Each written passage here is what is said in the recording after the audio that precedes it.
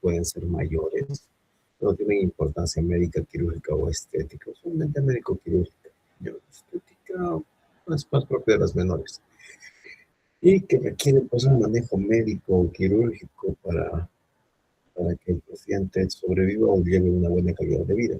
Estas malformaciones mayores son alrededor del 2 al 4%, o están en alrededor de 2 a 4% de los recién nacidos vivos. Sin embargo, cuando se cuentan a los bebés que han muerto, se han vomitado o se han abortado, son más frecuentes todavía. ¿Por qué? Porque los bebés con grandes malformaciones, malformaciones serias, no llegan a nacer, entonces es mucho más frecuente en esa población. La prevalencia general no varía entre grupos étnicos. Este 2 a 4% se mantiene entre las distintas razas. Entonces vamos a encontrar en todas las razas este mismo número. Sin embargo, lo que va a variar es el tipo de malformación congénita. Hay ciertos tipos que predominan en ciertas etnias, en ciertas razas. Y esto se debe a susceptibilidad genética, ¿ya? Hay ciertas razas que son más proclives a heredar ciertos tipos de malformaciones, aún manteniendo este rasgo o esta cantidad, este rango de 2 a 4%, pero son más susceptibles a cierto tipo de malformaciones por la genética y también por la exposición ambiental, ¿no? Hay poblaciones que habitan ciertas zonas del planeta donde es más frecuente una exposición ambiental a cierto riesgo que puede hacerlos susceptibles a cierto tipo de malformaciones congénitas, ¿no? Las malformaciones menores son más frecuentes aún que las mayores, se encuentran hasta en un 14% de los recién nacidos vivos, bastante. Y son también más frecuentes en los abortos espontáneos, ¿no? En los natimuertos se va a encontrar más frecuentemente esas malformaciones menores. Pero si nosotros tenemos la presencia de 3 o más malformaciones congénitas menores, debemos sospechar que existe una malformación mayor oculta, hay que buscarla. También podría tratarse de un síndrome, hay que buscar asociación de estas malformaciones menores entre sí y ver si no hay un síndrome, estamos ante un síndrome. Entonces, a ver, de acuerdo a la nomenclatura, nosotros podemos encontrar ciertos tipos de alteraciones congénitas y pueden ser las siguientes. Uno, las malformaciones son alteraciones del proceso de desarrollo que son intrínsecamente anormales. Significa que, de hecho, el desarrollo del bebé va a ser anormal desde su genética y se produce en la etapa embrionaria, generalmente antes de las 8 semanas. Ahí se produce una alteración genética que altera los cromosomas y los genes de los bebés y hace que se produzcan estas malformaciones que pueden ser mayores o menores. Entonces, cuando hablamos de malformación, estamos hablando de la genética del bebé. Las deformaciones, el bebé genéticamente está bien concebido, no vamos a encontrar ningún gen anormal ni ningún cromosoma anormal. Sin embargo, fuerzas mecánicas intrauterinas dentro del útero, extrínsecas al bebé, o sea, fuera de su cuerpo, van a provocar una disminución, van a provocar una alteración, perdón, una restricción que va a hacer que no crezca alguna extremidad o que esta sea o alguna parte del cuerpo del bebé y esta esté alterada. Por ejemplo, están la disminución del líquido amniótico, los tumores uterinos y malformaciones uterinas. Entonces, cuando el útero o el líquido son anormales, deforman al bebé. Aquí tenemos como ejemplos el pie equinovaro, que es más frecuente cuando hay oligoamnios o cuando el bebé es macrosómico muy grande para el espacio que ocupa. La displasia de desarrollo de la cadera o displasia congénita de la cadera también ocurre en tales circunstancias. Es más frecuente cuando hay oligomnios, cuando el bebé es muy grande. La plagiocefalia, que es una alteración del cráneo que se elonga, esto se debe también a una mal posición dentro del útero. Ahora, pueden existir también disrupciones. Las disrupciones es cuando existe una interferencia mecánica, como una compresión o una estrangulación, o vascular, una trombosis o hemorragia que hace que no circule apropiadamente la sangre dentro del bebé y un miembro no esté bien irrigado. Cuando hay una interferencia mecánica como una compresión o estrangulación, por ejemplo, por bandas, se puede amputar o puede reducirse el crecimiento de una extremidad. Y cuando es vascular, esto también puede provocar que este miembro que no está vascularizado por una trombosis o por una hemorragia no se desarrolle apropiadamente. Usualmente no son hereditarios porque no tienen nada que ver con la genética, sino tienen que ver con alguna interferencia mecánica o vascular al crecimiento normal de esa extremidad. Si nosotros analizamos la genética de esa extremidad, de cualquiera de sus células, vamos a encontrar que es normal. No vamos a encontrar una genética anómala, sino lo que ha ocurrido es que se produce una banda, que es una banda de tejido fibroso que va a lo largo del útero y que conecta partes del útero, pero que interfiere con el desarrollo de una extremidad, por ejemplo. O que es un bebé que tiene un trastorno vascular, una trombosis, y esa trombosis evita la irrigación de ese miembro y ese miembro al no recibir una adecuada irrigación no crece apropiadamente. Entonces, la frecuencia el ejemplo son las secuencias de bandas amnióticas, el ejemplo típico. Y luego tenemos las displasias. Las displasias es cuando hay una organización anormal de las células en los tejidos, hay un crecimiento anormal del hueso. Y esto, por ejemplo, son las displasias esqueléticas. Aquí el ejemplo clásico es la condroplasia. Un bebito con un crecimiento normal de los miembros. Y eso es por una organización anormal de las células en los tejidos. Entonces aquí tenemos la clasificación de malformaciones mayores en la cabeza y en las estructuras craneoencefálicas. Podemos encontrar, por ejemplo, la anencefalia, una malformación grave eh, que va a impedir el desarrollo de este bebé. No hay encéfalo.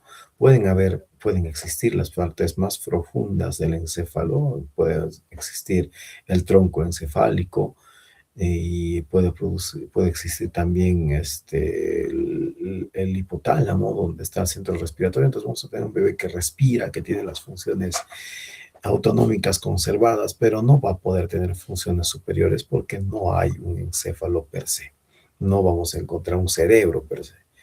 Entonces vamos a tener eso, el encefalocele, que puede ser occipital o puede ser frontal, que es una protrusión en el cráneo, donde el cráneo no se ha desarrollado y el cráneo protruye y las meninges, el cráneo y las meninges protruyen por un cráneo ausente, un hueso ausente, y se forma con una bolsa y puede protruir ahí o solo las meninges con el líquido cefalorraquídeo, o la mayoría de las veces el líquido cefalorraquídeo, las meninges y también parte del encéfalo. Requiere neurocirugía. Este sí podría sobrevivir, depende de la magnitud, depende del grado y del grado de compromiso del sistema nervioso central para ver lo de la sobrevida y el pronóstico. La hidrocefalia, en la cual hay una obstrucción de la circulación del líquido cefalorraquídeo y este se va acumulando en uno de los ventrículos o en más de uno de los ventrículos, dependiendo de dónde sea la obstrucción. Y se produce un crecimiento ventricular, hipertensión endocraneana y una compresión del encéfalo por la presión endocraneana dentro del líquido. Puede comprometer seriamente al bebé si se deja así y requiere manejo quirúrgico también. Otras malformaciones son en los ojos, la microftalmia. Es cuando vamos a encontrar, lo típico es encontrar una hendidura palpebral pequeña. O sea, ver esta parte entre los párpados, que es la hendidura palpebral, que sea pequeña. Y a veces se ve este ojo como un poco hundido. Y si abrimos esos párpados, vamos a encontrar un ojito más pequeño. Eso es microftalmia. A veces cuando buscamos en estos bebés, ese ojito pequeño no lo encontramos. De hecho, no hay ojo y eso es una adenoftalmia. Los colobomas son defectos del iris, usualmente más que de la retina, pero también pueden estar en la retina. Pero lo típico es en el iris y el iris va a tener un defecto en la pupila, en el cual vamos a encontrar, en realidad es un defecto del iris, ¿no? Porque la pupila es el orificio. Vamos a encontrar algo como esto. A ver, vamos a ver. Coloboma. Imágenes. Esto de acá. Ven, este de aquí. Entonces vamos a encontrar un defecto del iris que hace que la pupila se extienda, ¿no? Aquí falta iris. A veces puede formar parte de ciertos síndromes. eh, entonces hay que buscar otras enfermedades. Existe un síndrome, si mal no recuerdo,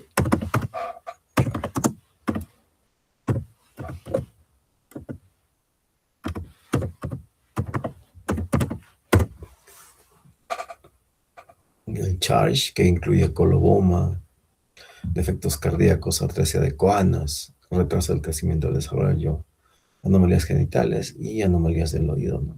Entonces puede formar parte de un síndrome. Entonces, cuando encuentren coloboma, tienen que buscar más cosas. Yo les sugiero que cuando encuentren algunos signos clínicos, malformaciones mayores, busquen más malformaciones menores. Y cuando encuentren menores, también busquen otras para ver si hay más y si están ante un síndrome. Y si están ante un síndrome, pueden venir aquí y encontrar esta página que se llama OMIM.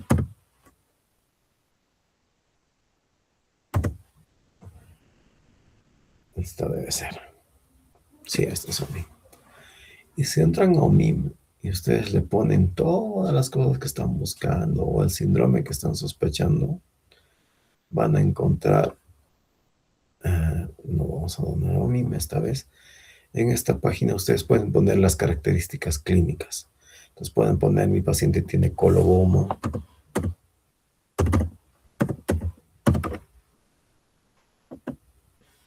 y atresia de coanas. Y me va a cargar que tiene probablemente un charge y me va a dar todas las características de un charge. Me va a decir un resumen a qué se debe una mutación del CHD7 o en el cromosoma, perdón, en el brazo largo del cromosoma 8. También me va a decir que hay un síndrome de Kallmann, que es un desorden alélico con un fenotipo menos severo, pero que se sobrepone a esto. Y me va a dar ciertas características acá, me va a dar los diferenciales, aquí me va a dar descripciones de algunos casos clínicos. Y aquí pueden leer un montón. Entonces, ingresando aquí lo que tiene vuestro paciente, les va a dar las sospechas diagnósticas más probables. Cuando tengan un paciente con síndrome, pueden entrar aquí. Es interesante, es una buena herramienta y está gratuita. Ok, volviendo a las diapos. Entonces, eso es un coloboma y su asociación más frecuente es el síndrome de Charge que hemos visto. En los oídos puede haber microtia, ya habíamos visto en la unidad 1 cuando veíamos examen físico los grados de microtia. Se considera severa cuando son los tipos 2 al 4. Recuerden que el 1 solo es un oído que es un poquito más pequeño, pero que conserva todas las estructuras normales. El grado severo 4, en la ausencia de todo, no hay oído, no hay orificio, no hay absolutamente nada. En estos casos de microtia del grado 2 al 4, siempre hay que buscar que el conducto auditivo externo esté patente, que haya conducto auditivo externo, porque algunos de estos bebés, sobre todo en los grados más severos, no tienen conducto auditivo y al no haber conducto auditivo no hay transmisión aérea del sonido y por lo tanto hay una sordera. Y esa sordera, si no se trata oportunamente y el bebé tiene hipoacusia, peor si es bilateral, el bebito no va a desarrollar lenguaje, va a tener un retraso en el desarrollo del lenguaje porque no va a tener estimulación apropiada. A estos bebés hay que estimularles la transmisión de sonido de alguna manera. Y esa manera es que se les coloca una banda con un receptor mastoideo que transmite el sonido ya no por vía aérea, sino por vía ósea. Y así estos bebés empiezan a escuchar y luego a desarrollar el sentido del oído y también a desarrollar el lenguaje. Y no se retrasa el lenguaje más de lo esperado. En la boca y en la garganta podemos encontrar el paladar hendido, el labio fisurado. Podemos encontrar la micrognia severa y esto como parte de una secuencia. Después vamos a ver qué son las secuencias. La secuencia de Robin, Pierre-Robin, se escribe Robin, se lee Robin. Y podemos encontrar micros o macroglosias como malformaciones mayores. En el cuello, la malformación típica por excelencia más importante es el higroma quístico, que creo que se mostró en la primera unidad, pero si no, es bien fácil.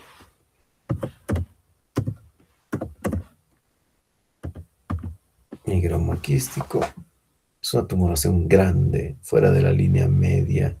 Aquí en un neonato, vean esto, se da a un lado del cuello y es, como su nombre lo indica, quística y llena de líquido. Si yo lo fotoilumino, le pongo una linterna a esto brilla porque está lleno de líquido. Es una tumoración benigna.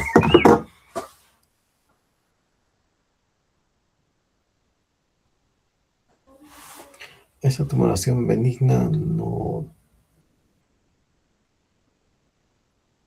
un segundo.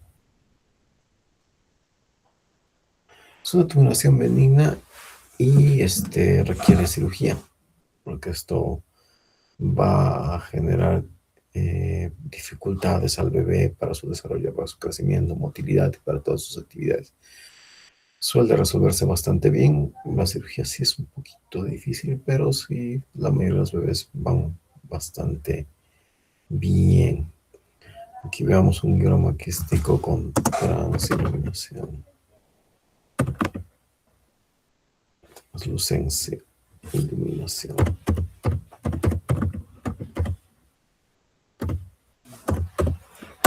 Vamos a ver. Aquí está uno transiluminado que no se ve tanto, pero bueno. Acá está. Creo que no. No lo encuentro. No, ¿qué creo? No.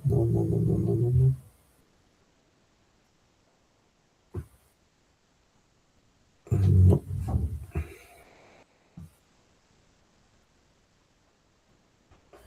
Pero la transiluminación se ve rojo brillante. Entonces es muy sensible la transiluminación para el higroma. Ok. Volvamos a las diapos. Otras malformaciones ya en el tórax son el pectus excavatum, que es una malformación mayor, puede ser tributaria de manejo quirúrgico, a veces manejo ortopédico también, y la ausencia de clavículas o clavículas hipoplásicas. Entonces, estos pacientes pueden no tener clavículas o tener una pseudoarticulación clavicular, y estos pacientes pueden juntar sus hombros delante de su pecho. Okay. En la espalda, el mielomeningocele y la espina bífida son las malformaciones más frecuentes. Estas son alteraciones que son de naturaleza neuroquirúrgica, se tienen que operar sí o sí para resolver el problema.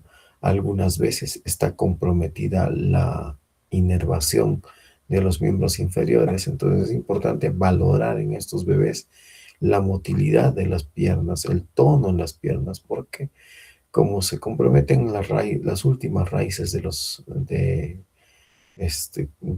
la columna vertebral, las que van a inervar las piernas. Entonces estos bebés pueden tener alteraciones de la motilidad de los miembros inferiores. Algunas veces no mueven los miembros inferiores o la motilidad es muy débil. También puede haber pobre control de esfínteres. Estos bebés pueden tener vejigas neurogénicas porque la vejiga está inervada por las últimas raíces de la columna vertebral. Entonces puede haber alteraciones a ese nivel, ya que el mielomeningocele y la espina bífida suelen producirse en la parte más caudal, en la última porción de la columna vertebral. Malformaciones en el abdomen vamos a encontrar onfalocele y gastrosquisis como malformaciones más frecuentes. Estas son importantes de diferenciar.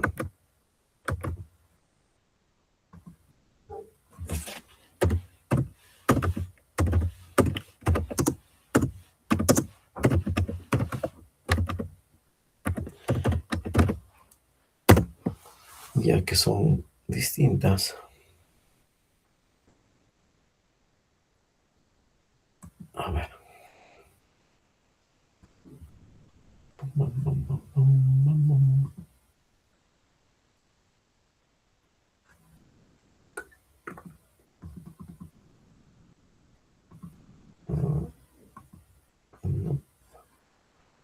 A ver. Este es un onfalocele, esto que ven aquí. Vamos a ver. Ya. Un onfalocele se produce aquí en la línea media y se caracteriza porque las vísceras están dentro de la membrana del cordón umbilical. Aquí hay una herniación de las vísceras abdominales, pero es a través del anillo umbilical. Es un anillo umbilical grande y a veces están incluidas, además de los intestinos, vísceras sólidas como el hígado, ¿ya? Entonces, pero están contenidas dentro de esta membrana. Mientras que la gastrosquisis, vamos a ver, en la gastrosquisis vamos a tener,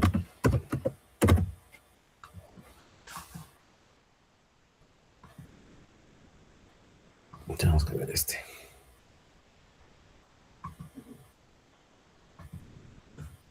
Sí, ver imagen. Lo que vamos a ver en una gastrosquisis son las vísceras que van a estar libres. Este es el manejo quirúrgico, ¿no? Vamos a hacer como en este. Y están libres y no están cubiertas por ninguna membrana. No hay ninguna membrana que las... Entonces, la gastrosquisis usualmente no se produce por el anillo umbilical, sino a un costado del anillo umbilical.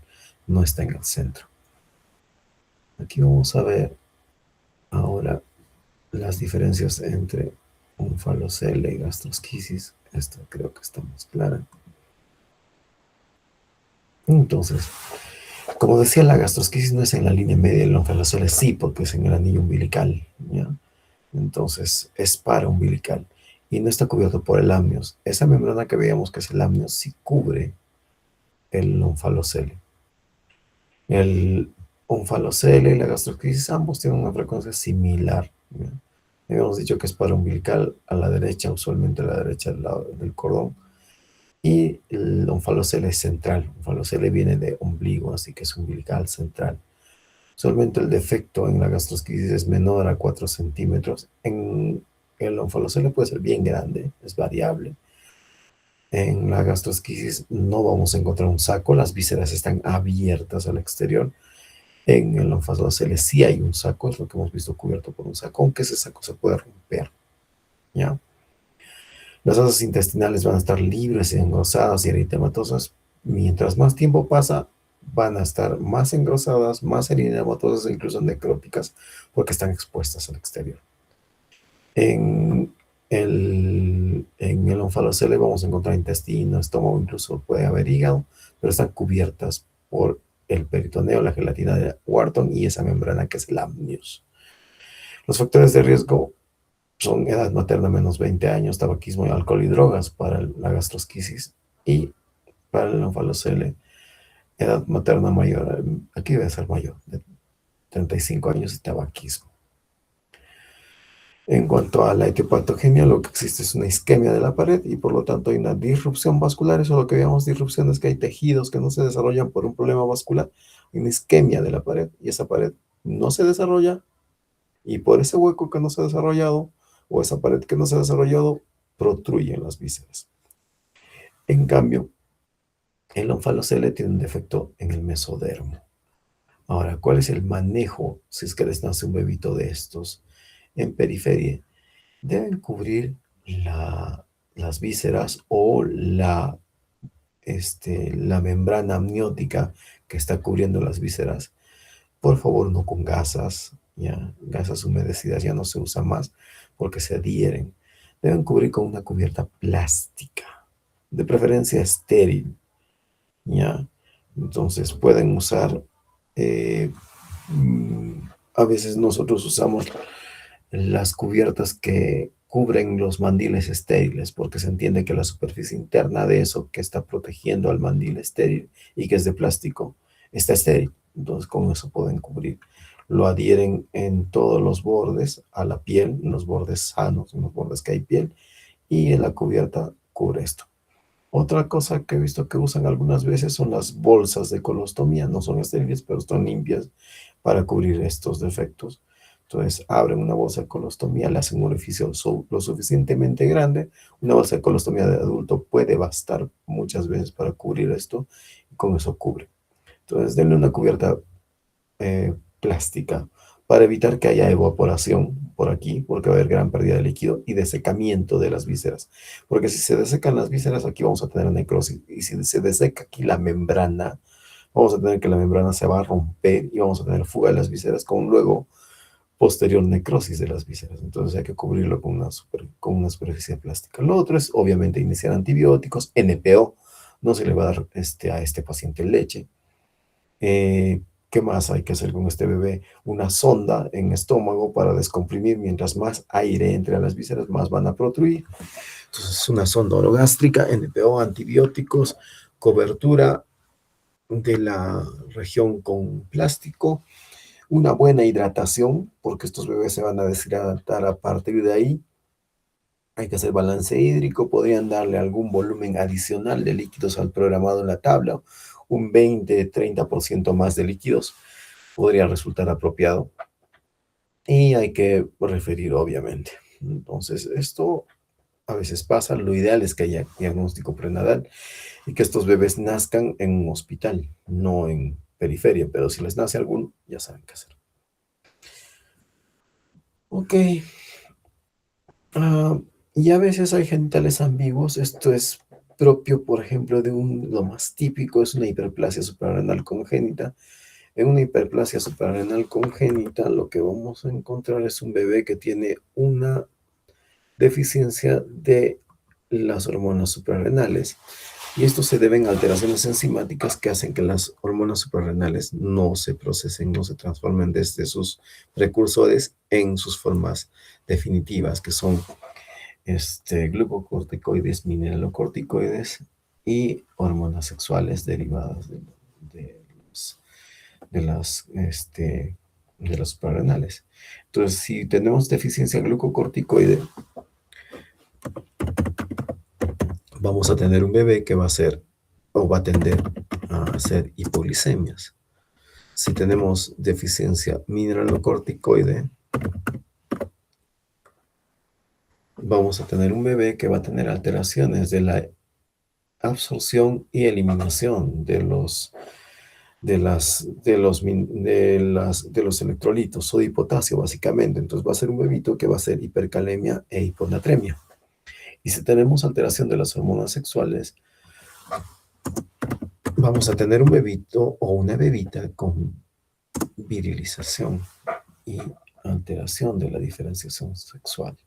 Entonces podemos tener bebés que tengan esto, ¿no? Por ejemplo, estos genitales de aquí, donde podrían ser unos labios menores con un micropene o no estamos seguros, ¿no? Entonces hay una indiferenciación. Y luego este bebé de acá, aquí. Nótese la hiperpigmentación de este bebito. ¿Por qué se produce hiperpigmentación? Porque como hay una falencia, una falla en las suprarrenales, reactivamente se produce para activar más las suprarrenales, más ACTH, hormona estimulante de la corteza suprarrenal. Y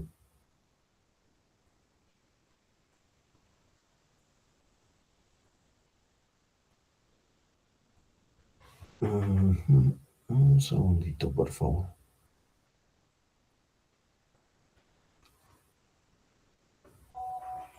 Les decía que se produce una mayor activación de la corteza suprarrenal, perdón, por la inactividad de la corteza suprarrenal, se produce una mayor producción de ACTH, y la ACTH tiene una semejanza estructural a la MSH, a la hormona estimuladora de la melatonina. Entonces, como se asemeja, la ACTH en exceso estimula la pigmentación también, y por eso tenemos estos bebés, como si fuera un Addison, que en el Addison también tiene una fisiopatología bastante similar. Bebés hiperpigmentados, con genitales ambiguos, eso es lo típico de un bebito con hiperplasia suprarrenal congénita. ¿Ok? ¿Y cuál es el manejo? Es reemplazo hormonal. Ya nos han hablado de en tamizaje neonatal de hiperplasia suprarrenal congénita un poquito. Nos han dicho que podemos usar hidrocortisona a veces, o a veces fluorocortisona, dependiendo del caso y de qué predomina. Ok, ahora volvamos a las diapos. En las extremidades puede haber ausencia o deficiencias de algunos miembros o algunas partes de los miembros, ¿no? Puede faltar un dedo, puede faltar el radio. Existe, por ejemplo, un síndrome que se llama de Holt-Oram, que es asociación de cardiopatía congénita con la agenesia de el radio o de la porción radial del miembro superior. A veces falta el pulgar, que es del lado radial, o a veces falta el pulgar, generan bien, que no se desarrollan bien por una deficiencia genética. Sin dactilas, ausencia de dedos ectrodactiles. A nivel cardiovascular pueden haber múltiples cardiopatías congénitas. Puede existir la tetralogía de Fallot, que es más importante, es la estenosis pulmonar, que se produce por una desviación de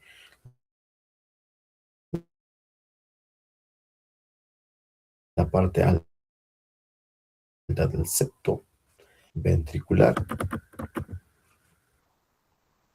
Mejor así.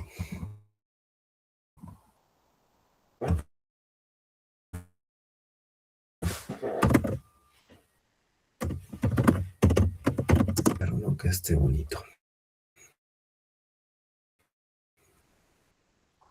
Este creo.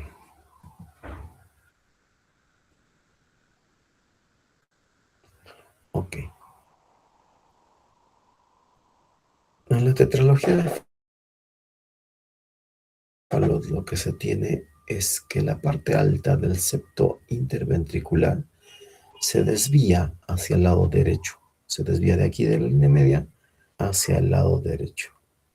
Entonces, como se desvía hacia el lado derecho, esto separa la salida de la aorta, que es esta de acá, lo que está en rojo, de la salida de la pulmonar.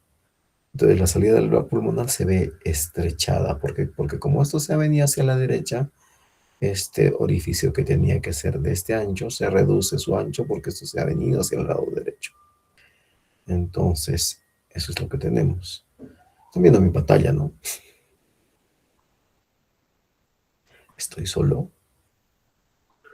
No, doctor, sí se ve, doctor. No estoy solo. Ah, ya, qué bueno. Hay uno por lo menos. Ok. Entonces esto se desvía. ¿Y ven entero? ¿Ven el cursor? Sí, de verdad. Ya, ok. Eso me ayuda. Entonces esto se desvía hacia el lado derecho y se estenosa la pulmonar. Las pulmonares se estenosan. Ese es el principal defecto. Entonces, es estenosis de la pulmonar, es el defecto más importante. Entonces, como se estenosa la pulmonar, esto se vuelve más estrecho, esto está hacia acá, pero esto se vuelve más ancho. La aorta se viene hasta aquí. Entonces, la aorta se monta en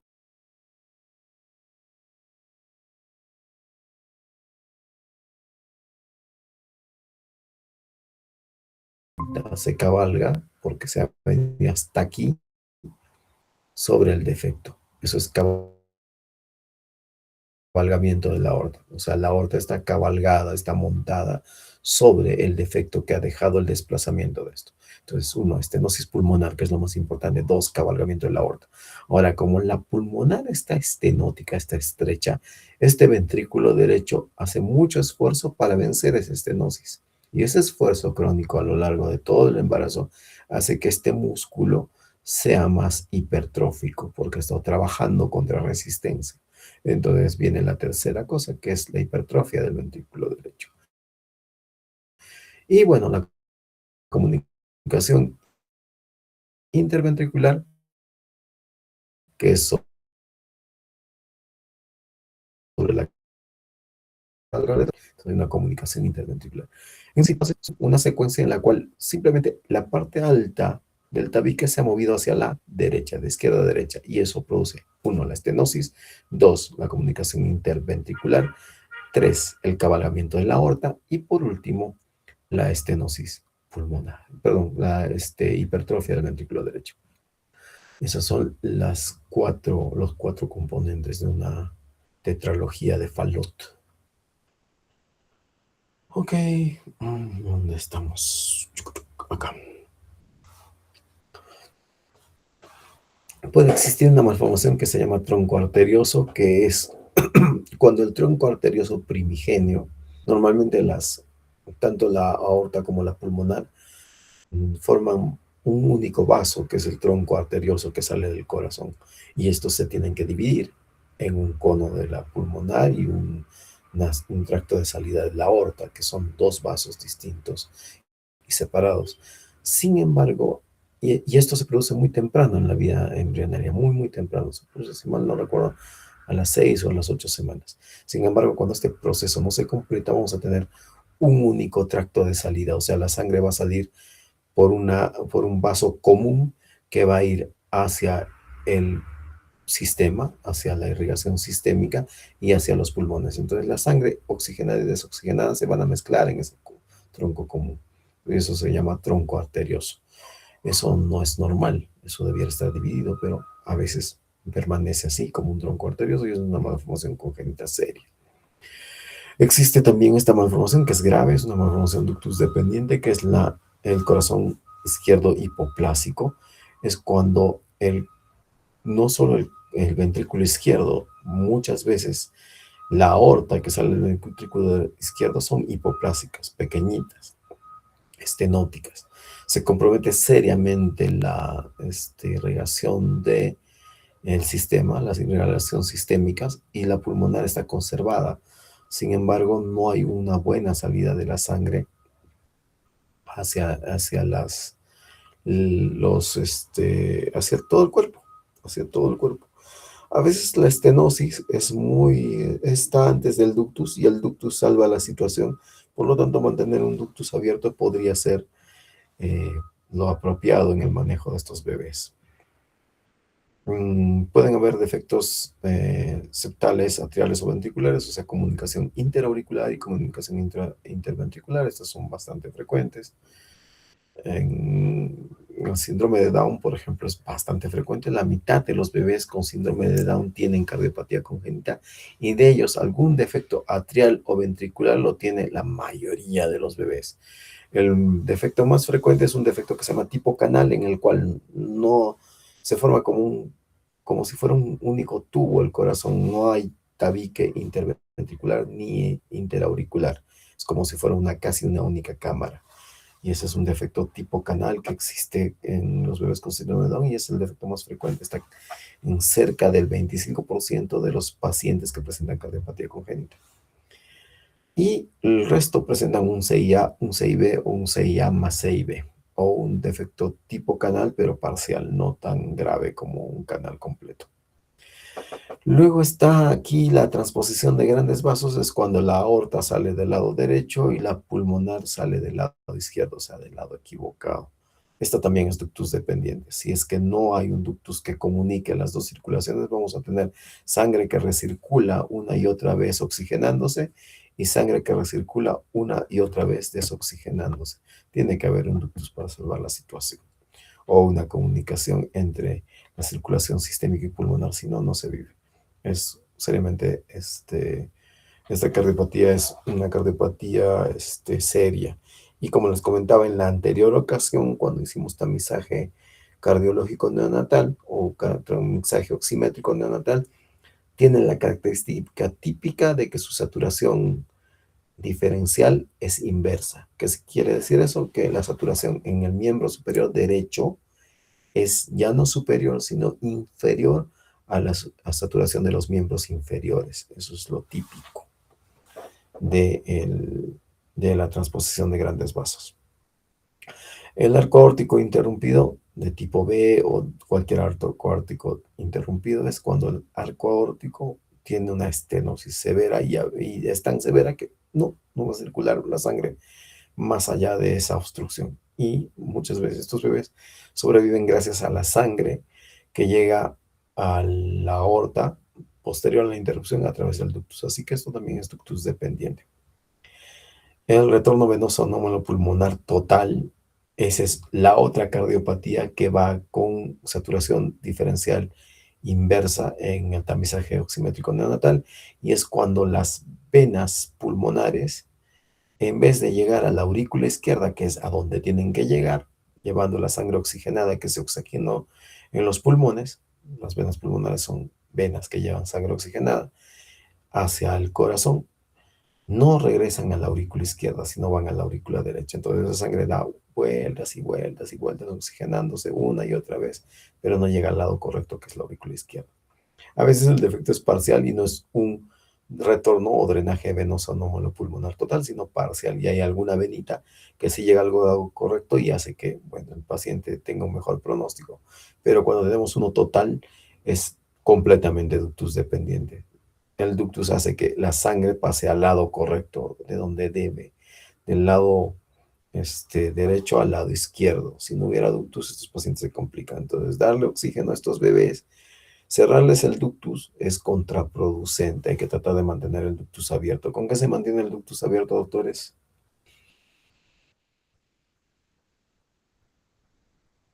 Prostaglandina, doctor. Prostaglandina, doctores. Muy bien.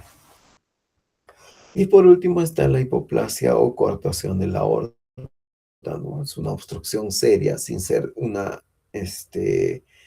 un corazón izquierdo hipoplásico, que esto ya mucho más serio, o un arco aórtico interrumpido, que también es bastante serio, en el cual hay una estenosis que puede ser incluso severa de la aorta. Esta cardiopatía también, si es que es muy severa, puede ser ductus dependiente. Y cuando se cierra el ductus, el paciente empieza a presentar una clínica más severa. En esta hay una obstrucción en la aorta que no deja que la sangre llegue muy fácilmente al sistema. Y puede haber insuficiencia cardíaca. ¿Por qué? Porque hay una resistencia al tracto de salida del ventrículo izquierdo. Entonces el ventrículo izquierdo tiene que luchar mucho para inyectar la sangre.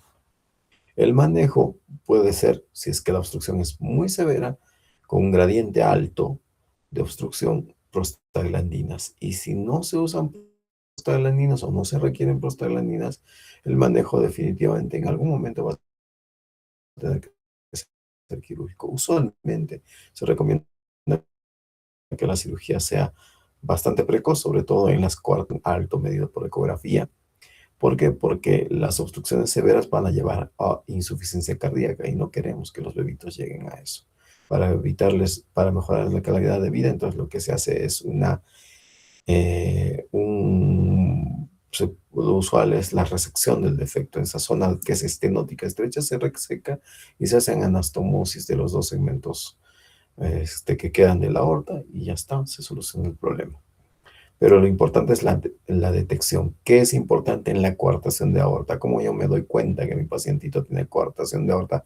Por clínica, por palpación de pulsos. Cuando hay una obstrucción en el tracto de salida del del ventrículo claro izquierdo, una coartación de aorta, muchas veces la coartación es postductal, lo que significa que la irrigación preductal está bien. Si yo le palpo los pulsos de la mano derecha, vamos a tener pulsos normales e incluso fuertes. ¿Por qué? Porque como está luchando mucho el corazón para vencer la obstrucción, Usualmente la presión de sístole es bastante alta, entonces voy a tener una presión de pulso en la mano derecha alta. Pero después de la obstrucción, sobre todo en las piernas, yo voy a encontrar una baja perfusión y una baja presión. Entonces, si yo le palpo los pulsos pedios a este bebé, los pulsos en su pie o los pulsos femorales, voy a encontrar pulsos débiles o ausentes. También puedo hacer saturación diferencial. ¿Cómo va a ser la saturación diferencial? Voy a encontrar mucha mejor saturación en preductal que en postductal. ¿Qué otra cosa más puedo hacer? Puedo medir presión diferencial. Si yo le mido presión arterial preductal, la presión puede ser incluso alta, anormalmente alta. ¿Por qué? Porque, como les digo, está luchando con una obstrucción y la resistencia vascular periférica es una de las variables de la presión. Va a haber resistencia preductal, pero postductal, como está llegando muy poca sangre postductal, la presión en los miembros inferiores va a ser baja y voy a encontrar un gradiente de presión, donde la presión arterial en el brazo derecho va a ser 10 o más milímetros de mercurio superior a la presión en cualquiera de los miembros inferiores. Entonces yo puedo sospechar este diagnóstico por palpación de pulsos, confirmarlo por medición de oximetría, por medición de presión diferencial y por último una ecocardiografía con ecografía de la aorta para ver dónde está la obstrucción. Entonces, así se diagnostica esto. Malformaciones menores. ¿Qué podemos encontrar en malformaciones? Un ratito, se me está lagueando la computadora.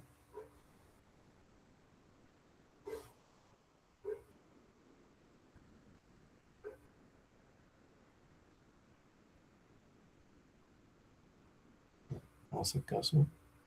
A ver.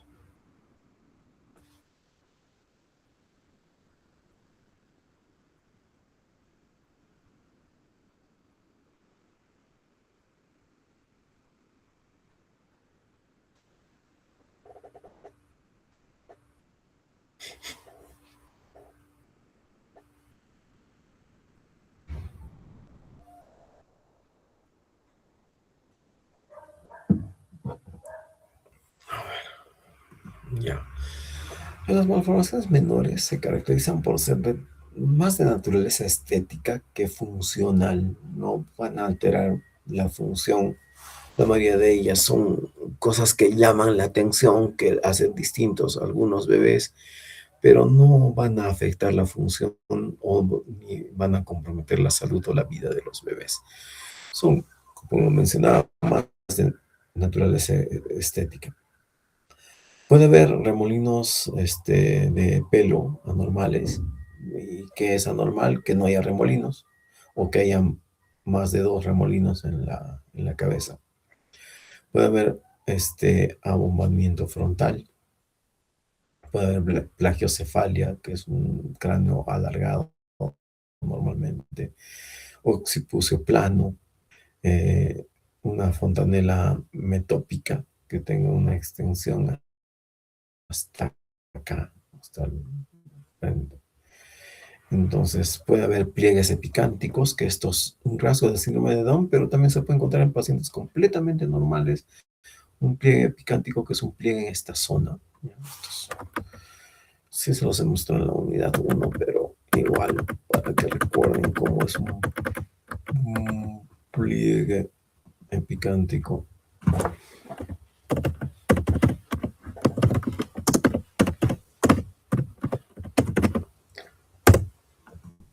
Imágenes. Este es un pliegue epicántico. Es un poco más frecuente en asiáticos. Y esto, mientras se carga. A ver. Más típicamente en este lado, es un pliegue epicántico. Estos ojos están bien alineados, parecen pseudoestrábicos porque aquí vemos menos parte blanca, menos esclera, pero se debe a un pliegue epicántico que está acá. Pero si se fijan en la proyección de la luz pupilar, está en el mismo sitio en ambos ojos, así que están bien alineados, no hay un estrabismo. Y aquí lo que tenemos es un pliegue epicántico. En los dos tenemos un pliegue epicántico, pero aquí está más marcado, por eso parece que hay un estrabismo. Y aquí también tenemos un pliegue epicántico, aquí, acá. Un pliegue epicántico es esta parte del párpado, pero que cubre el epicanto. ¿Qué es el epicanto? Es esto. Es esta porción del ángulo interno del ojo donde están las glándulas lacrimales. Esta de acá, este es el epicanto, esta es la parte interna. Pero a veces tenemos estos pliegues de aquí, como en este que se marca más, que los ocultan, los tapan. Aquí también, pliegue epicántico, en un bebé con síndrome de Down en este caso. No se ven todos los detalles, pero sí se nota que tiene síndrome de Down este bebito. Entonces tenemos ahí pliegues epicánticos. Son frecuentes en el síndrome de Down, por ejemplo, pero también se pueden ver en población normal. En los asiáticos también es mucho más frecuente. Les da algunas características de los ojos que tienen las razas asiáticas. Entonces eso es un pliegue epicántico, ¿ya? Y a veces se trata con esto, ¿no? Que es una epicantoplastía. ¿Por qué? Porque hay un pseudoestrabismo y para que no parezca un estrabismo, hace esta epicantoplastía para alinear no los ojos, porque los ojos están alineados, sino que se vean más alineados. Pero bueno, volvamos a lo nuestro. Entonces, esos son los pliegues epicánticos. ¿Qué más podemos encontrar? Hipotelorismo, cuando los ojos están más juntos, o hipertelorismo, cuando están más separados. Dirección hacia arriba o hacia abajo de las fisuras palpebrales, eso también es frecuente en el síndrome de Down. Si están hacia abajo, en diagonal, los ojos achinaditos, sospechamos síndrome de Down, y si están al revés, sospechamos síndrome de George, en los cuales están al revés. Fisuras palpebrales estrechas se pueden encontrar. Sinofilia, ptosis de los párpados. En las orejas, ¿qué podemos encontrar? Podemos encontrar alteraciones del lóbulo del oído, que hayan pliegues, arrugas, que hayan orejas pequeñas. Esa es la microtia de tipo 1 o de grado 1. Son orejitas un poquito más pequeñas, pero que tienen todas las partes de la oreja. Vamos a encontrar el trago, el antitrago, el hélice, todas las porciones, son las que más pequeñitas. Lop ear, ¿qué es lop? No me acuerdo. Ya. Y vamos a encontrar otras malformaciones, ¿no? Podemos encontrar fositas en los oídos, podemos encontrar también apéndices preauriculares, que esos no van a ocasionar ningún tipo de alteración funcional, pero sí nos van a llamar la atención y pueden ser un problema estético, pero nada funcional. En la nariz podemos encontrar un puente nasal plano, ¿ya? Esto también es frecuente en el síndrome de Down. Esta es la parte del puente nasal, aquí, entre los ojos. Y en el síndrome de Down esto está plano, o sea, no está elevado, sino está casi al nivel de profundidad que los ojos. Entonces, eso se puede encontrar en el síndrome de Down, pero también puede ser normal si es que es un hallazgo único y no hay más. Fosas nasales antevertidas es cuando tienen nariz como los chanchitos. O sea, las fosas nasales están hacia adelante. Filtrum largo, eso se ve en el síndrome de cromosoma X frágil a veces, pero también puede ser normal si se encuentra solito y es la única malformación. Puede haber alteraciones de la boca y la mandíbula. Va a haber microstomía, una boquita pequeña, macrostomía, boca grande, una úvula bífida. A veces se asocia la úvula bífida a un paladar hendido oculto, cuando el paladar óseo tiene un defecto, pero es submucoso, ¿ya? Puede haber frenillo múltiple, puede haber micrognatia, retrognatia. Si están aislados y no hay otra malformación y no ocasionan ninguna dificultad funcional, se pueden considerar normales. O bueno, no normales, pero malformaciones menores. El cuello puede ser corto, también es característico del síndrome de Down, el cuello corto, pero puede haber gente que tenga el cuello corto y no tener ninguna otra malformación, y mientras no les ocasione problemas, también es normal. Esto es webbing escápula lata, ¿ya? Esto es cuando hay cuello redundante. Eso es típico del Turner. Cuando el cuello redundante es en la parte posterior, hacia la nuca, es típico del síndrome de Down. Y puede haber senos braquiales, que son senos de la hendidura braquial, que son pequeños orificios que puede haber en la línea del cuello, ¿no? En el tórax puede haber pezones extra. Esto es frecuente, sobre todo en la raza negra. Puede aparecer en uno de cada 40 nacimientos en la población en general. Y en la raza negra es en uno de cada 20. Puede haber espaciamiento amplio de los pezones, o sea, un hiperterorismo de los pezones o un hipoterorismo de los mismos. En la parte posterior de la espalda puede haber una fosa sacra. Ya habíamos hablado de las características que hacen que una fosa sacra sea anormal o sospechemos que sea anormal. Eso lo habíamos visto en la primera unidad. Si la fosa sacra tiene pelo, si tiene una profundidad mayor de 0.5 centímetros, si está a más de 2.5 centímetros del ano, si tiene un hemangioma encima o si está fuera de la línea media, habría que sospechar que debajo de esta fosa sacra puede haber alguna malformación oculta de la columna vertebral o de la médula espinal. Entonces podemos tener una espina bífida oculta o una espina anclada como malformaciones más frecuentes, y eso se diagnostica con ultrasonografía, ecografía de la columna o con una resonancia magnética. Entonces puede ser indicativo si encontramos algo de eso. Pero si no hay nada de eso, como en la mayoría de las fosas sacras o fositas piramidales, también se les llama así, no hay mayor cosa que hacer que dejar tranquilo al bebé, porque es un hallazgo frecuente. Solo cuando tiene hallazgos anormales justifica la exploración adicional. ¿Qué más podemos encontrar? A nivel de los genitales podemos encontrar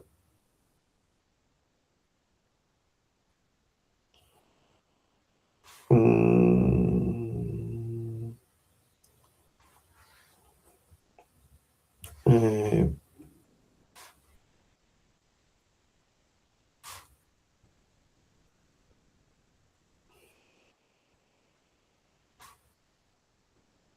podemos encontrar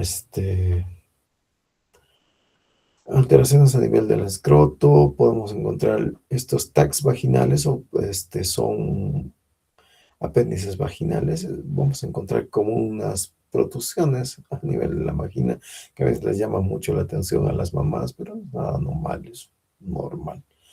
Podemos encontrar hipospadias menores. La hipospadia es cuando el meato urinario sale en la parte inferior del pene y no en el centro del glande. Entonces, a veces es menor cuando se desvía un poco de la línea media hacia abajo. No va a ocasionar mayor problema, pero las hipospadias mayores, que es cuando sale en la parte ventral del pene, eso sí son de manejo quirúrgico porque está saliendo de una zona normal y debe investigarse otros problemas asociados.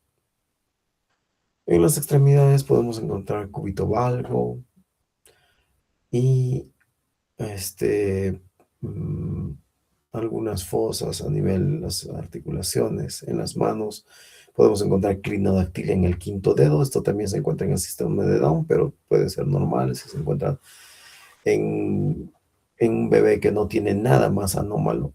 Que es una clinodactilia? Es cuando hay una hipoplasia de la parte medial de la falange media del quinto dedo. Eso es una clinodactilia y eso hace que el quinto dedo se desvíe y se desvía hacia afuera. Vamos a ver esto. Se ve así. Esto es una clinodactilia.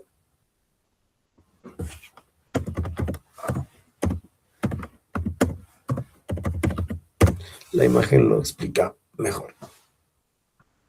Este dedo que está desviado así tiene clinodactilia. En el síndrome de Down es en el quinto dedo de la mano, así, y se debe a un acortamiento de la falange media. Acá está. Vamos a ver. Clinodactilia, no. Quinto dedo.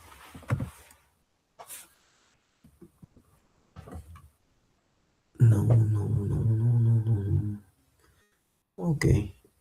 Y hay esta desviación del quinto dedo en el síndrome de Down que ven aquí. Y a veces se producen personas por lo demás normales. Y esto se debe a un acortamiento, si vemos aquí, de la falange. Esta falange no es recta, sino es así, como achatada hacia el centro, ¿no? Entonces hace que se desvíe en ángulo el quinto dedo. Esa es una clinodactilia del quinto dedo, que es un hallazgo frecuente en síndrome de Down, pero que se puede dar en personas por lo demás normales, si es que no hay nada más. Y otras, voy a seguir con esto y más detalles. Como ven, incluso hasta en la piel, los nevos, los lunares o los hemangiomas se consideran malformaciones menores, pero no son mayor cosa que lunares. ¿Quién no tiene lunares? Ok, ahora veamos patrones de malformación.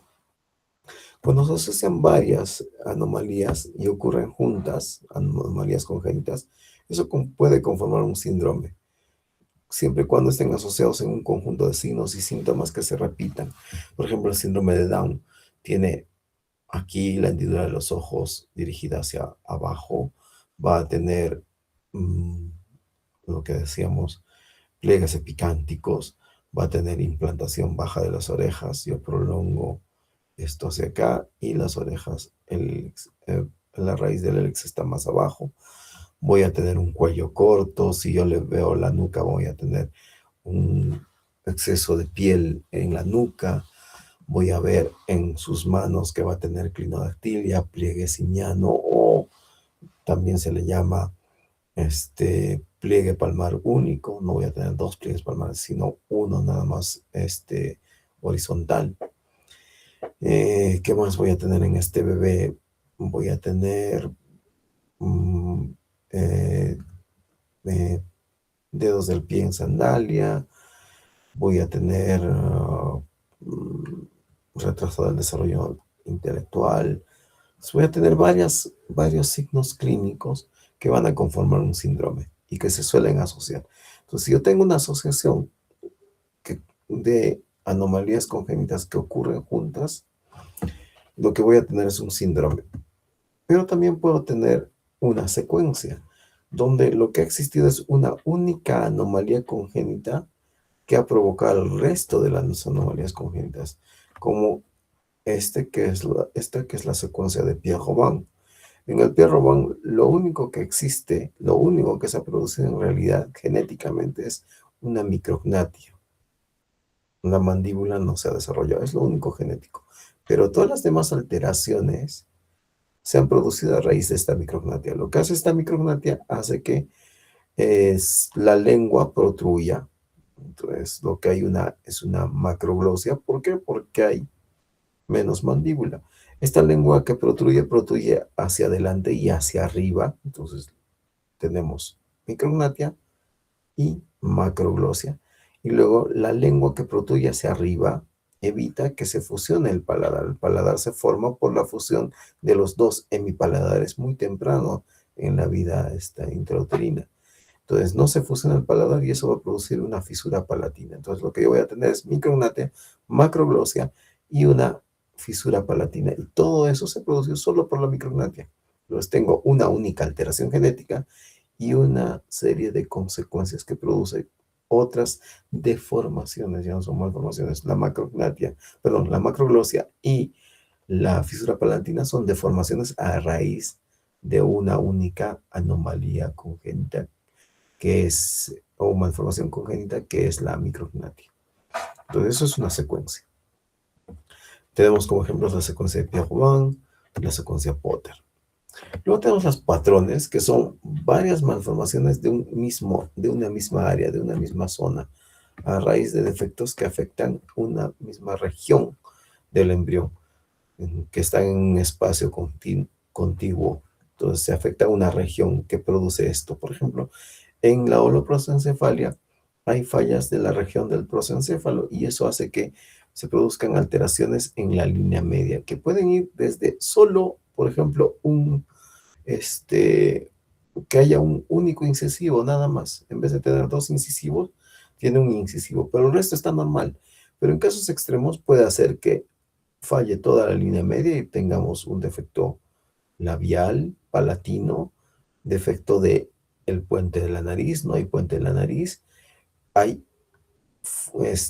acortamiento de esta zona, o sea, hay hipotelorismo, aquí están próximos los ojos, y aquí adentro, si yo le hago una ecografía, también hay falla de la zona media y puede haber agenesia del cuerpo calloso o fusión de una de la parte anterior del encéfalo, de todo el encéfalo, puede estar fusionado, no dividido. Entonces no hay una división interhemisférica a veces. Y puedo tener un único ventrículo cerebral en vez de tener dos ventrículos laterales. Entonces puede ir desde grados leves a grados severos, pero ¿por qué? Porque se altera esta región, esta zona que produce esto. ¿Ya? Entonces, esos son los defectos de campo de desarrollo cuando se altera una región. Y el ejemplo más típico es la holocrosencefalia. Y luego tenemos las asociaciones cuando hay dos alteraciones genéticas que aparecen juntas, pero no tienen ninguna relación una con la otra. Entonces, tengo un bebito que tiene polidactilia y tiene alguna otra malformación, no sé, un apéndice preauricular, pero no hay nada más. No tienen ninguna asociación, no se asocian a nada más, no, solo se asocian por casualidad. Existen juntas por casualidad, pero no conforman ningún patrón, no conforman un síndrome, no conforman una alteración de tipo de campo de desarrollo, ni tampoco conforman una secuencia, solo están ahí por coincidencia. Eso es una asociación. ¿Cómo se evalúan las malformaciones congénitas? Bueno, si hay una sola malformación mayor o tenemos una combinación de varias malformaciones menores, en especial si son mayor o igual a 3, o tenemos antecedentes familiares de abortos u óbitos, entonces tenemos que enviar al genetista, ¿ya? Entonces, en esos casos hay que hacer evaluación por genetista. Yo no voy a mandar al genetista todos los apéndices preauriculares, son malformaciones menores. Si es la única malformación que tiene, no se lo tengo que mandar. Entonces, si tengo más de varias malformaciones menores, en especial mayor o igual a 3, sí va. Si tengo una única malformación mayor, una cardiopatía congénita, va al genetista. Y si tengo una o más malformaciones, inclusive menores, pero tiene antecedentes familiar de abortos, óbitos, sus hermanitos que han muerto previamente, entonces debe ir al genetista. También debemos interconsultar, porque esto debe ser multidisciplinario con cirugía plástica. Hay algunos trastornos que requieren manejo por cirugía plástica, un labio leporino, por ejemplo, paladar hendido, por neurología, si es que, digamos, tengo un encefalocele o un mielomeningocele, por oftalmología, si es que tengo un coloboma, por cardiología, si es que tengo una sospecha de cardiopatía congénita. Entonces tengo que hacer un manejo multidisciplinario. En la historia clínica debo hacer una historia de la duración de la gestación. A veces las gestaciones se acortan porque hay un síndrome que está provocando un acortamiento de la gestación. Debo ver cómo han estado y cómo han sido los controles prenatales de la mamá. Debo averiguar, aunque no siempre se logra trazar si ha habido alguna exposición, pero hay que preguntar siempre que hay una malformación, si ha habido exposiciones a teratógenos. Los teratógenos más frecuentes son la fiebre, el alcohol, el consumo de drogas, medicamentos, sustancias químicas y radiación. Hay que preguntar. También hay que averiguar la historia de los embarazos anteriores, si vio abortos o óbitos, lo que puede hacer sospechar que la mamá esté llevando algún gen que esté arrastrando algún gen que esté afectando a los bebés, o al mamá o al papá. Hay que ver. Hay que hacer resultados de exámenes, hay que ver los resultados de exámenes prenatales, en particular las ecografías, para ver si alguna ecografía adelantaba la posibilidad de este problema. A veces las ecografías no son tan específicas, ¿no? Entonces, a veces no te informan todo lo que quisieras, pero si indagas con detalle, puedes encontrar alguna cosita que sí te hubiera insinuado que había alguna malformación. Por ejemplo, a veces no encuentran que haya una atresia duodenal en la ecografía. A veces sí te la informan, ¿eh? Tal cual te dicen sospecha de atresia duodenal, porque igual que se ve el signo de la doble burbuja que yo les decía, ellos ven doble burbuja, pero no llena de aire, sino llena de líquido. Ven dos áreas llenas de líquido en el abdomen del bebé y luego no hay más líquido en el resto porque no ha pasado más allá. Entonces ven eso. Pueden sospechar una atresia duodenal por ecografía. Pero a veces no ven eso y lo que sí ven es un polidramnios. Entonces este bebé si tiene polidramnios en la ecografía, ¿por qué no sospechar que hay una obstrucción en el tracto intestinal? Se puede sospechar eso, ¿no? Entonces a veces te adelantan de una manera indirecta, no tan directa. Hay que ver la historia familiar y el árbol genealógico de hasta 4 generaciones cuando hay una malformación. Eso es interesante, muy importante. Cuando yo rotaba genética como parte de mis rotaciones de la especialidad, esto hacían mucho los genetistas, te hacían un árbol genealógico, dibujaban un árbol genealógico y trazaban y buscaban mucho la consanguinidad. A veces hay enfermedades que son recesivas, pero se manifiestan cuando las poblaciones son pequeñas. No es lo mismo que tengas tu pareja, el papá de tu hijo o de tu hija, o la mamá de tu hijo o tu hija, y se conozcan en una ciudad grande. La posibilidad de endogamia es pequeña. Pero si proceden de un pueblito pequeñito la pareja y, digamos, es una población de 1,500 habitantes, 2,000 habitantes y aislada y que no tiene intercambio cultural con otras poblaciones, y los dos proceden de la población, tal vez no en una generación, pero en 2, 3, 4 generaciones, es probable que sean primos hermanos, tengan consanguinidad y esa consanguinidad nos exponga a riesgo de que en caso de que estén cargando un gen recesivo, este gen recesivo se manifieste. Entonces, hacer un árbol genealógico puede ayudar bastante y averiguar también respecto a las características poblacionales de dónde viven y de dónde proceden los padres. La edad de los padres es importante. En particular, la edad materna se asocia al síndrome de Down, pero la edad paterna también puede asociarse a otras enfermedades, ¿no? Ahora, la consanguinidad, ya les comentaba, ¿no? Entonces puede haber consanguinidad a veces bien conocida.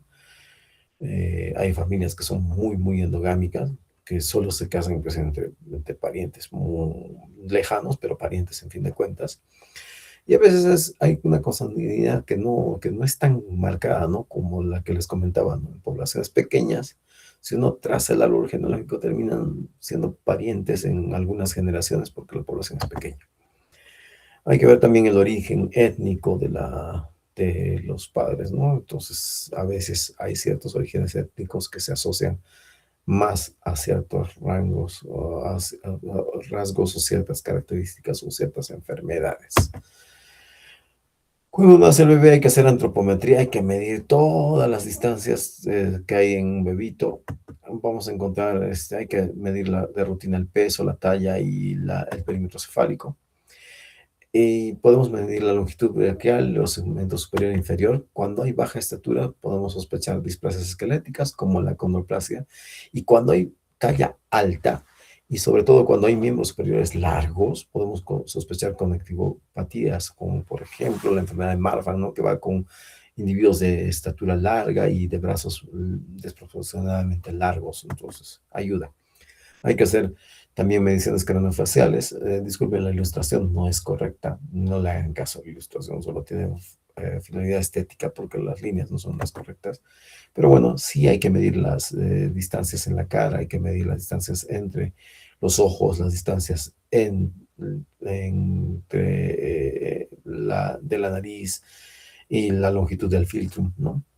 Cuando hay una longitud branquial superior e inferior, también hay que medir la longitud braquial, es los segmentos superior e inferior.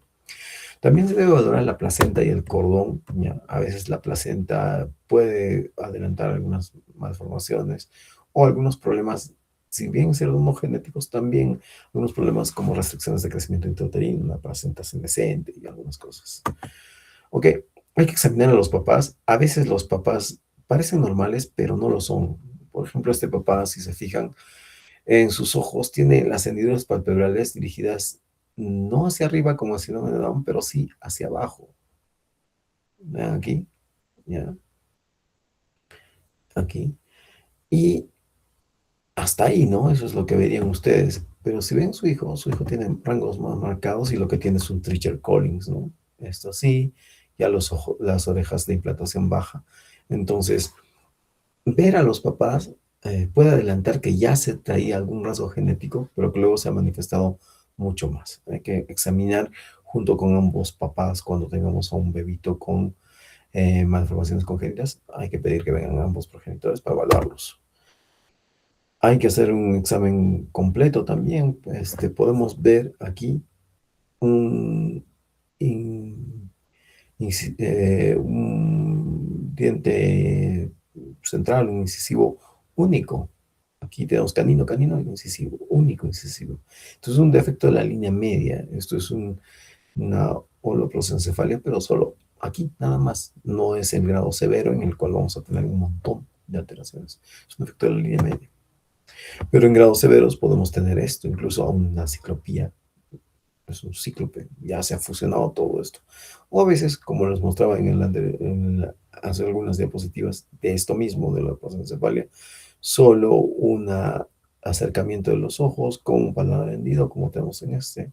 Entonces tenemos un hipotelorismo, un puente nasal bajo, porque esto no existe, una fisura palatina y un defecto en el labio superior. ¿O acaso solo hipotelorismo? Ya no hay esto. Depende. Aquí en grado severo, un grado más leve y uno mucho más leve que solo hay el diente, pero todo lo demás está normal. Eso es una holoprosencefalia. Hay que valorar el cráneo. Podemos tener microcefalia. Esto, por ejemplo, por una infección por Zika virus. Macrocefalia en el síndrome de cromosoma X frágil, una macrocefalia con abultamientos de la parte frontal de la glabela. Y podemos tener una braquicefalia, un estrechamiento de la cabeza, pero con protrusión hacia adelante por craneosinostosis en el síndrome de Cruzón y también en el síndrome de Apert, que se suelen ver así, bastante parecidos, con exoftalmos y craneosinostosis. La diferencia entre el Cruzón y el Apert es que el Apert además tiene sindactilia. Y bueno, eso es todo por hoy. Quería compartir algo de malformaciones congénitas para que estemos listos ya hemos concluido con todo lo que corresponde a Pediatría 1.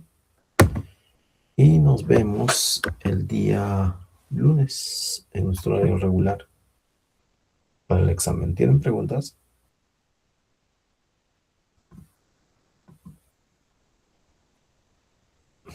¿Están ahí?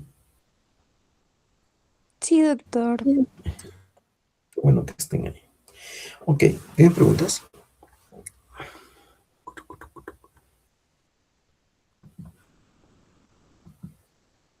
¿No? Ok, si no hay preguntas, nos vemos el día lunes en el horario regular. Vamos a dar el examen y por favor, el día lunes comuníquense con sus jefes de práctica para que me pasen notas. Y